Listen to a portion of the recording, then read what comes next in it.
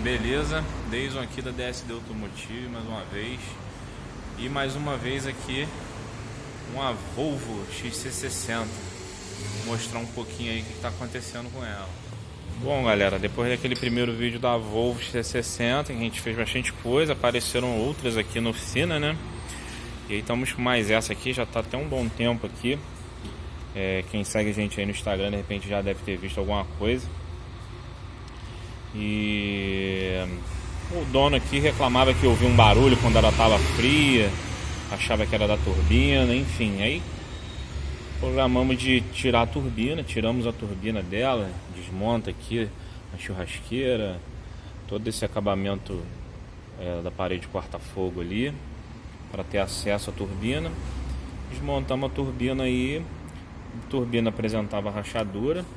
Levou para revisão lá, fez uma revisão. Segundo o pessoal que mexe com a turbina, aquela rachadura ali não teria problema, que é normal acontecer.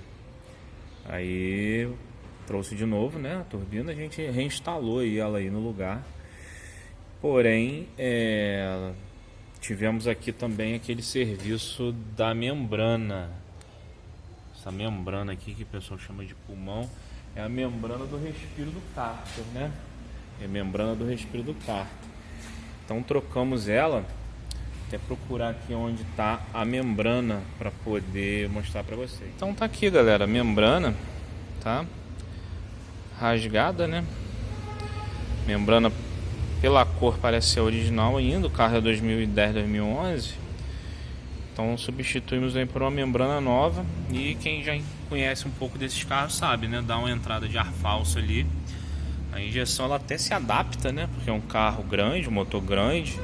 Ele até se adapta aquilo ali, não fica oscilando marcha lenta nem nada, mas altera um monte de coisa no funcionamento do carro no modo geral. Então fizemos esse reparo aí. E olhando aqui no scanner, o que acontece? Todos os outros erros, né? A gente tinha uma série de erros. Vou mostrar aí pra vocês depois. Que sumiram, né? Só da gente fazer essa manutenção aí, sumiram. Porém, continuam esses dois aqui, né? Um falando sobre sistema pobre, né? Mistura pobre, e o outro sobre o turbo compressor. Então agora já estamos partindo mais para a hipótese ser uma bomba fraca, né? A gente vai fazer agora um teste aí da bomba de combustível, de pressão da bomba de combustível, para ver se por acaso, como a outra Volvo não está com essa bomba fraca. Eu andei no carro, achei ele um pouco fraco também, um pouco mais fraco do que teria que ser. Então vamos tirar essa dúvida aí com o teste de pressão de bomba também. Galera, instalamos aqui lá no filtro, né, o manômetro, e ela tá dando a pressão mais ou menos como teria que dar mesmo, 3,8 a 4 bar. Quando acelera, a ponteira era para subir um pouquinho, essa aqui tava caindo. Vou pedir o Wesley para acelerar pra gente aí. Acelera aí, ué.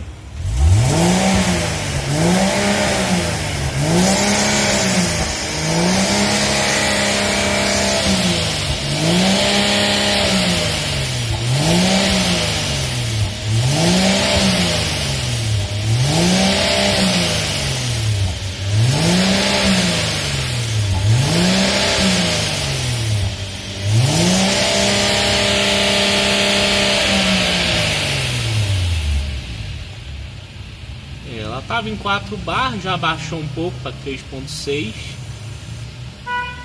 E quando acelera ela dá uma queda e volta. Ela era para aumentar ao invés de cair. Então tem uma possibilidade dessa bomba aí já tá cansada. Vou deixar ela esquentar mais um pouco, ver se a pressão permanece. Galera, deixei mais um tempo ligada. Ela desceu então dos 3,8 para 3,6. Mas aí continua aquela característica, quando acelera, ela dá uma queda. Olhando o outro vídeo meu mesmo, ela ficava em 3,8 e acelerava, ela não mudava, ela não dava a queda que dá aqui. Entendeu? Então essa bomba já pode estar um pouquinho fraca.